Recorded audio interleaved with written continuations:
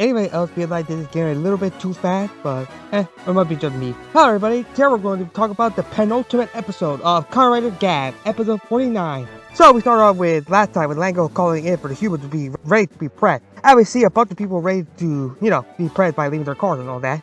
As the gang realized that they've been tricked, and Lango also said that their truce is over now that their common enemy Boka is dead. And the trio tried to start to transform, only to find out that, well, Lango telling them that if they actually do transform to fight him, a lot of people will be pressed and they won't be able to save any of them. And they decide to fall back instead in order to recover and leave. Also interesting in the opening that we actually see Boka get removed from the opening now and return back to Lango. Also the fact that I forgot to mention a couple episodes ago that he had one disappear as well. So yeah, you only have two stomach siblings left. The writers find the place to be all deserted, all the cars and all that. Shoma decides to call Amane to see if she's okay. As he turns out she is. He tells them that a bunch of people have been disappearing from a certain part of the city. As he decides to prepare herself in order to stock up, as Amane said that she's going to be stacking up with some snacks in order to help out Shoma get some food for it. As the writer decided not to go back home, instead going to Lakia's place because due to the fact that Masaru's there, in order for them to recover as well. And Masaru sees Amane prepare for the snacks and decide to help out, due to the fact that Masaru knows that his sister also was like that, craving midnight sweets and all that, in order to help them out. So yeah, it's pretty nice that Masaru helping out. It's a pretty nice uncle moment for Shoma. The writer regrouped in Lakia place, and Hunter pretty much kind of figured out that they were going to be betrayed, just that they didn't think it would happen so soon, which,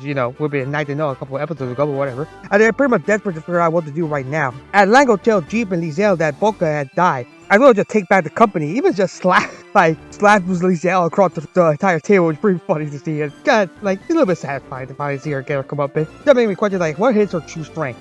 She's strong enough to deal all that blast and all that a couple episodes ago, but can't actually stand up to Lango. That's a little bit weird. And she even her cries and all that, wanting her dad back before, she gets slapped. And Lango tells Jeep that she doesn't need to keep her around, and decided to want to go back to work for him. So yeah, he pretty much just becoming a lapdog again. With Lizelle unconscious and all that, he decided to take her with him in order to think about it as he leaves. So yeah, Jeep just becoming a lapdog again, but it's just uninteresting. I feel like he should have been the main villain, the final villain, not Lango, but whatever. And Lango tells his agent in order to start being prepared to make some lot of dark treats, as he will also be aiming for the president's throne. As the writer decided to struggle to come up with a plan to figure out what to do, as the Gochujo comes in telling them that they actually found a door that leads to the doorway, want to know what to do in the situation. As they actually decide to make a plan, of the fact they want to actually go inside the base stomach ink, as it starts to rain with lightning, as they cutting away the power from the storm. And Hunter says it's probably a bad omen, as they actually make a plan to invade Stomach Inc. As Shoma actually comes up with a different plan, figure out how to actually free the people thanks to the rain, as we'll see later on in the episode. As the next day we see Lizelle try to find anybody in the president's palace and find nobody, through her crying out for her dad. As Jeep watches over her, which just makes me think, what is Jeep's whole thing now that he's not to see Lizelle? Is he gonna keep her around or not? We have to wait for the next episode.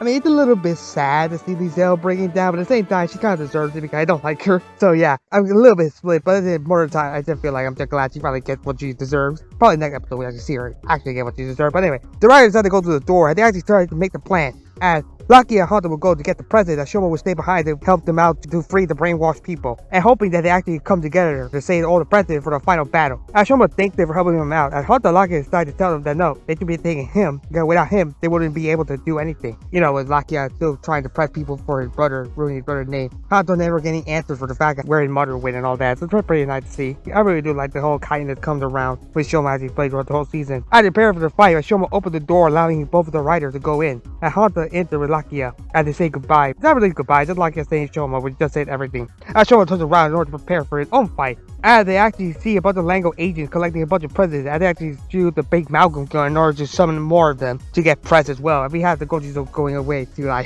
probably inform the writer about what he just saw. As Shoma goes home to see a bunch of snacks there with Amane sleeping, and he decides to wake her up in order to tell her that she wants some cotton candy to help him out. Show the description of making clouds. And Masaru they're asking how, cotton candy is gonna help them out in this situation. And he actually knows that they've been hiding something. He actually started to put these pieces together of how, Amane and Shoma acting this way, how Hunter knows all about Granudes and all that. Now, Lucky has also been helping people with Shoma the past few episodes, and he finally figures out that they're actually the Kamen Rider. And the Gochujo comes in to tell them where the people are being taken. As Shoma decides to just reveal everything, confirming that he is one of the right, and one of the other friends as well being Kamen Rider. And it's pretty nice to finally have something, but please, for the love of God, tell him that you are his nephew. And Betty said the fact that he actually said that they originally became writers because their family members were lost to Guranu, specifically the Stomach Inc. Corporation. I just say, please, just tell him that you're his nephew. I want to see that. Come on, Shoma. Anyway, yeah, they actually have been fighting for the greater good in order to protect humanity. I'm going to show them the blog that Masaru read a couple episodes ago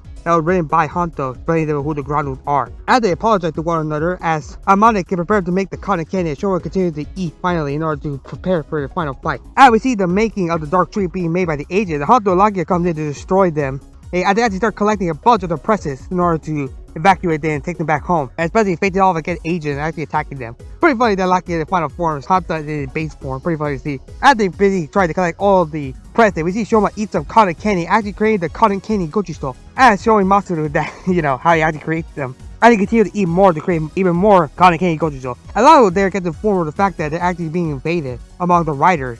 And pretty much mad that Niev gave access to Shoma over the door space. But it is wonder a little bit, not hearing the fact that Shoma was with them. Pretty much being a little bit intrigued by it. He thinks a little weird Shoma not with them, as we see a bunch of the brainwashed people getting ready to go be compressed. As Shoma transforms to his rider form, which is just the marshmallow form. As he floats away, using the cotton candy power to actually make it rain. And actually shows that he actually freeing them with the antidote. But you could see, even destroying the evil Gochizo created by Niev actually being dissolved from the antidote. I have a flashback showing how Shoma added the antidote made by Dente into the sugar that Amane put to make the cotton candy in order to create a special side effect to the cotton candy gochisto, and continued to use it, creating more cotton candy clouds to free more and more people. It's pretty good to see ingenuity of Shoma. Lucky Hanto finally collect a bunch of presses and decide to leave with them, not before they actually blow up the entire facility to make sure no more dark tree can be created ever again. Well, for now at least. After they get stopped by a bunch of Lango agents, actually forming a whole army, even knocking them out of their transformation. And he decided to hide behind in order to figure out how to get out of here. We're pretty interested to see a bunch of agents there. Hanto wonder what to do next, and Lakia decides that he'll handle the army, telling Hanto to leave. Even giving him a lot of excuses like, he's a human, he's a Granu, and all that. It's the fact to say that,